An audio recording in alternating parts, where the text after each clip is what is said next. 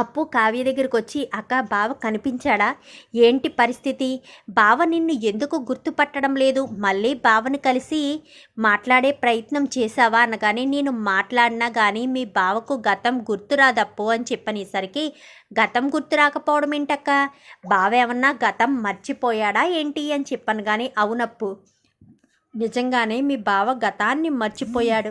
అప్పుడు జరిగిన యాక్సిడెంట్ వల్ల మీ బావ గతాన్ని కోల్పోయాడు. యామిని అంట తనెవరో తెలియదు, తనకు మీ బావను కొత్త ప్రపంచాన్ని పరిచయం చేస్తుంది. ఉన్న తల్లిదండ్రులను చనిపోయారంటూ 2 సమాధులు చూపించి వీళ్ళే మీ తల్లిదండ్రులంటూ చెప్పింది. ఏంటో నాకేం అర్థం కావట్లేదు.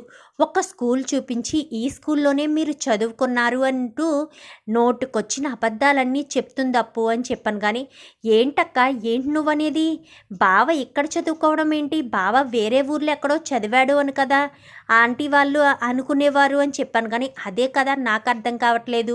పైగా ఉన్న తల్లిదండ్రులను లేరని, చచ్చిపోయారని ఎందుకంతలా చెప్తుంది అంటే, ఆ యామినికి మన కుటుంబం గురించి తెలుసా, నా భర్త గురించి పూర్తిగా తెలుసా, నా భర్తకు గతం అంటూ ఏమీ లేకుండా చేసి భవిష్యత్తునే తనకు అనుకూలంగా మార్చుకోవాలనుకుంటుందా, ఏమో ఏం చేయాలో నాకు అర్థం కావట్లేదు. రుద్రాని మాట్లాడిన మాటలకు నెల రోజుల్లో మీ బావను తీసుకొచ్చి అందరి ముందు నిలబెడతానని చెప్పానే కానీ మీ బావని ఎలా తీసుకురావాలో నాకు అర్థం కావట్లేదు. తీరామోసి ఎదురుగా వెళ్ళి గతాన్ని గుర్తు చేయాలని ప్రయత్నిస్తే తలలో ఉన్న నరాలు చిట్లిపోయే ప్రమాదం ఉందని కూడా చెప్తున్నారు. ఏం చేయాలో ఎలా చేయాలో అర్థం కాని పరిస్థితిలో ఉన్నాను అప్పు అని చెప్పాను. కానీ అక్క నువ్వేం టెన్షన్ పడకు, బావకు ఖచ్చితంగా గతం గుర్తొస్తుంది. ఎవరు ఎన్ని చెప్పినా బావ మనస్తత్వం గురించి నీకు తెలుసు కదా, తను ఏదైనా తెలుసుకోవాలి అనుకుంటే తెలుసుకుంటాడు తప్ప ఎదుటి వాళ్ళు చెప్పింది నమ్మే మనస్తత్వం కాదు బావది, అది నీకు తెలుసు కదా అనగాని, అవునప్పు అనగానే, మరి అలాంటి తప్పుడు యామిని చెప్పింది నిజమని బావ ఎలా నమ్మేస్తాడు, అలా నమ్మిస్తే మన బావ ఎందుకు అవుతాడు అని చెప్పాను. కానీ నువ్వు చెప్పింది నిజమే అనగాని, ఇప్పుడు ఏం చేద్దాం అప్పు అనగాని, అసలు నువ్వు బావకు ఎదురుపడ్డావా ఏమో, ఆ రోజు హాస్పిటల్లో జాయిన్ చేసినప్పటి నుంచి కూడా నీ చేతి స్పర్శ బావకి తగిలింది కదా, బావ నీ చేతి స్పర్శ గురించి ఆలోచిస్తున్నాడేమో.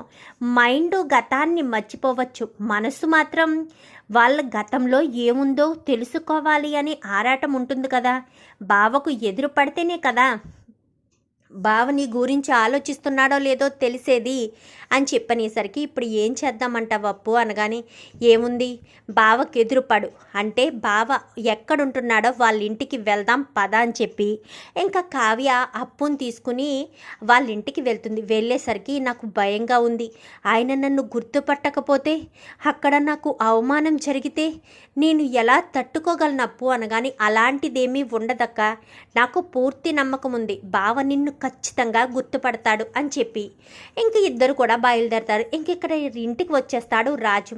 ఇంటికి వచ్చేసిన తర్వాత రాజు అక్కడ ఒకటి గమనిస్తాడు.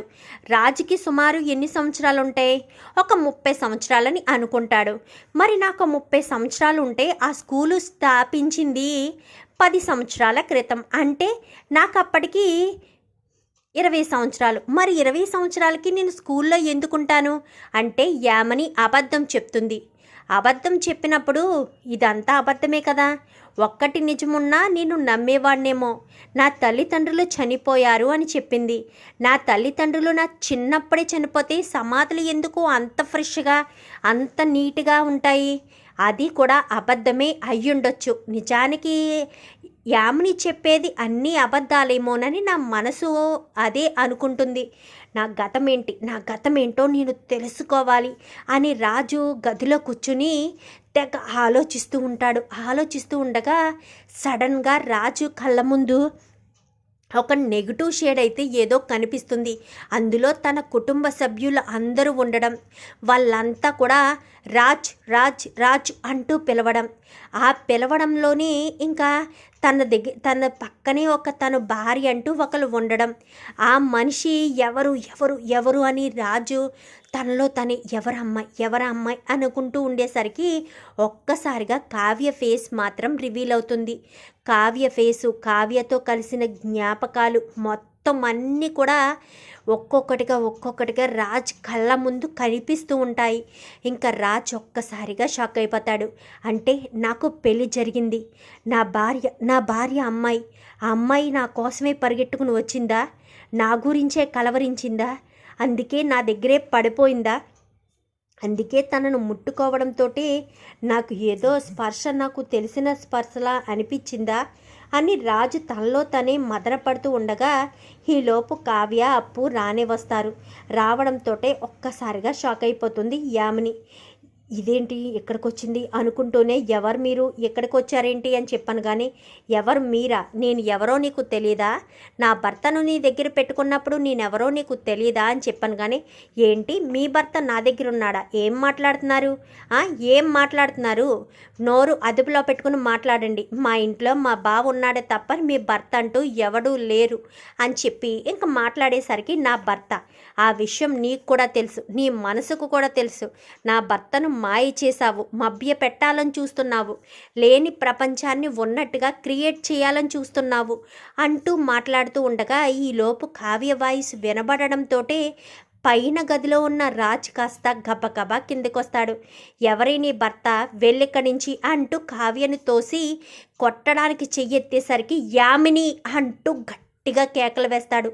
ఒక్కసారిగా రాజు కేక వేయడంతో చెయ్యెత్తి అలానే ఉంచేస్తుంది యామిని. ఏమండి అని చెప్పనేసరికి, ఎవరిని కొడుతున్నావు, ఎవరనుకుని కొడుతున్నావు, తను నా భార్య కళావతి అని చెప్పనేసరికి ఒక్కసారిగా యామిని ఫ్యామిలీ అంతా షాక్ అయిపోతారు. ఇంకిక్కడ కావ్య అప్పు ఇద్దరు కూడా షాక్ అయిపోతారు. ఏమండి అని చెప్పాను. కానీ ఏంటి యామిని, ఏంటి నా భార్యను కొట్టడానికి నీకెంత ధైర్యం, నీకేం హక్కు అధికారం ఉందని నా భార్య మీద చెయ్యెత్తావు అని చెప్పనేసరికి, తను మిమ్మల్ని మోసం చేసిందండి, మీకు గతం లేదని మిమ్మల్ని మోసం చేసిందని. కానీ అన్నీ తెలిసింది కళావతి, ఇప్పుడే నాకు గతం మొత్తం గుర్తొచ్చింది, యామిని నాకు చేసినవన్నీ గుర్తున్నాయి. ఎంత మోసం చేయాలనుకున్నావే నన్ను, నా కుటుంబానికి నన్ను దూరం చేసి శాశ్వతంగా నా కుటుంబం అంతా నేను చనిపోయాననుకుని నన్ను తీసుకుని ఫారిన్ వెళ్ళిపోదామనుకున్నావా, నాకు గతం గుర్తొస్తే నీ పరిస్థితి ఏమవుతుందో ఒక్కసారైనా ఆలోచించావా, నాకు నువ్వంటే అసహ్యం అన్న విషయం నీకు తెలుసు కూడా నాతో జీవితాన్ని పంచుకుంటే నేను నిన్ను కాంప్రమైజ్ అయ్యి నీతో కలిసి ఉంటాను అని అనుకున్నావా ఏంటి, ఎప్పటికీ నా కుటుంబాన్ని నేను దూరం చేసుకోను, నా కుటుంబం గురించి ఏం చేయడానికైనా ఎవరిని వదులుకోవడానికైనా సిద్ధపడే నేను నీతో కలిసి ఉంటానని, నీతో జీవితాంతం ఉంటానని ఎలా అనుకున్నావు, నాకు నువ్వంటే అసహ్యం, ఎప్పటికీ నీ మీద ప్రేమ కలగదు, నువ్వంటే నాకు అస్సలు ఇష్టం లేదు, నాకు ఎప్పటికైనా ఎన్ని జన్మలైనా నా భార్య కళావతే నా భార్య అంతే అని చెప్పి ఇంకా రాజు కావ్యని గుండెలకి హత్తుకునేసరికి యామిని కాస్త అలా చూస్తూ ఉండిపోతుంది. అది కాదు రాజ్, మా యామిని నిన్ను అనగానే, చాలు, మీ కూతురుతో పాటు మీరాడిన నాటకాలు చాలు, మీరు నన్ను మోసం చేయాలనుకునేది చాలు, వదిలేసండి, ఇంకా మీ అమ్మాయి గురించి నాకు ఏమీ చెప్పద్దు, నేను మీ అమ్మాయిని నమ్మను, మీరు ఎంత మోసగాళ్ళో నాకు అర్థమైంది, వదిలేసేయండి ఆంటీ, ఇంకా మీకు నాకు ఎలాంటి సంబంధం లేదు, మీరు నన్ను ఇబ్బంది పెట్టద్దు అని చెప్పేసరికి ఇంకా యామినికి ఏం చేయాలో అర్థం కాదు.